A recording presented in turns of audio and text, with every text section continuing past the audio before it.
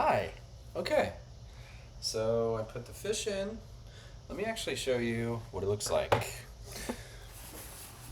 Fries, the chips are cooking down there, and the fish are just up there on the top rack. So we're gonna check in here in about 15 minutes, and we'll have a finished product. Or that's the hope. I'd hope it's finished. 'Cause don't want to eat raw fish. Okay, or at least that kind of raw fish. Okay, so a little bit about England. Um, England has a rich and evolving food culture shaped by centuries of history, geography, and cultural exchange. Here's an overview of English food customs and culture. English cuisine traditionally centers around hearty, warming dishes suited to the climate. The classic meat and two veg approach. I'm probably going to get made fun of for doing that. Features roasted meats, particularly beef, lamb, and pork, accompanied by potatoes and seasonal vegetables. Root vegetables like turnips, parsnips, and carrots feature prominently, reflecting the agricultural heritage. Here are some iconic dishes and meals, and that will be reflected in what I'm making tonight. The full English breakfast remains a cultural cornerstone. This includes typically bacon, eggs, sausages, black pudding, or baked beans, grilled tomatoes, mushrooms, and toast. Sunday roast is another institution, traditionally featuring roasted meat with Yorkshire pudding, roast potatoes, and gravy. Fish and chips, perhaps England's most famous export, reflects the country's maritime heritage and became deeply embedded in working class culture. Other beloved dishes include shepherd's pie, bangers and mash, and various meat pies and pasties. Tea culture. Tea drinking is central to English social customs. Oh, the preheat's done. I can go ahead and put in the food now. I didn't actually wait until it hit 425 because I had it open for a little bit while I was doing the fry stuff. Anyway, that's neither here nor there. I'm also not going to drink tea with the meal tonight because I'm very sensitive to caffeine late in the day, and if I drink some now, I will be up for a long time. Okay, afternoon tea, popularized in the Victorian era, involves tea served with finger sandwiches, scones with clotted cream and jam, and small cakes. Elevenses, or elevensies, mid morning tea break, and the general ritual of putting the kettle on during any social gathering remain important cultural practices. Pub culture. So, public houses serve as community gathering places where food culture intersects with social life. Traditional pub fare includes plowman's lunch, jacket potatoes, and various pies. The gastropub movement. Sorry, I have this itch right above my or under my nose. The gastropub movement has elevated pub cuisine while maintaining its social function.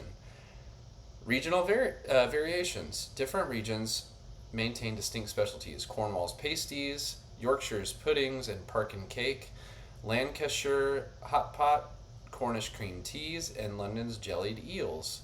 I've always wanted to try jellied eels. I've never done it before.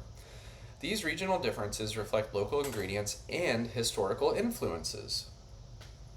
Modern evolution. Contemporary English food culture has been dramatically enriched by immigration, particularly from South Asia, creating dishes like chicken tikka masala that are now considered modern English classics.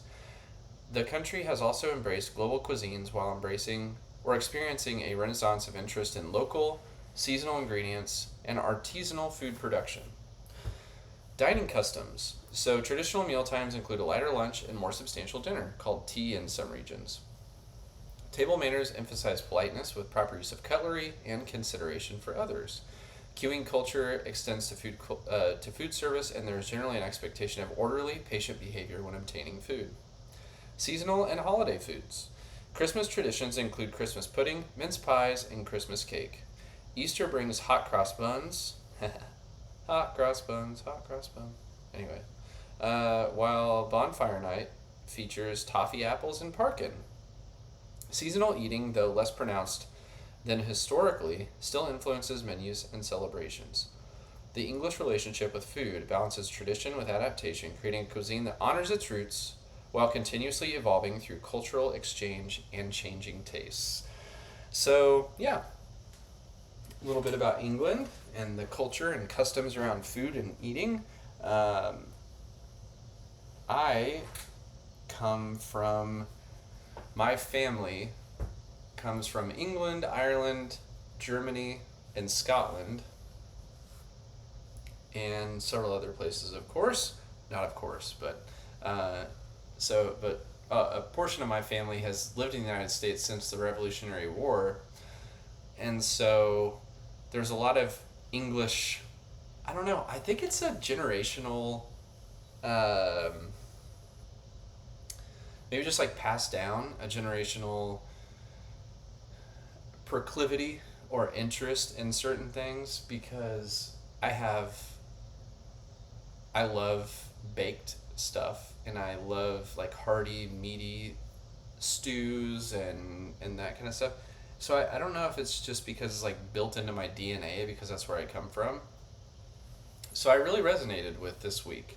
Um, I don't know. It felt special and near and dear to my heart for that reason.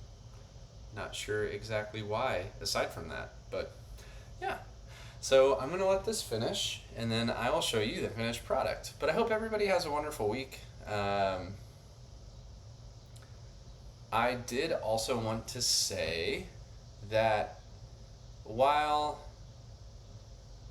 it is tricky sometimes to find those little bits throughout the day when you're feeling like the world's kind of falling down around you in a lot of ways. I've been talking with a lot of people that are feeling a little listless right now and kind of frustrated and having a hard time.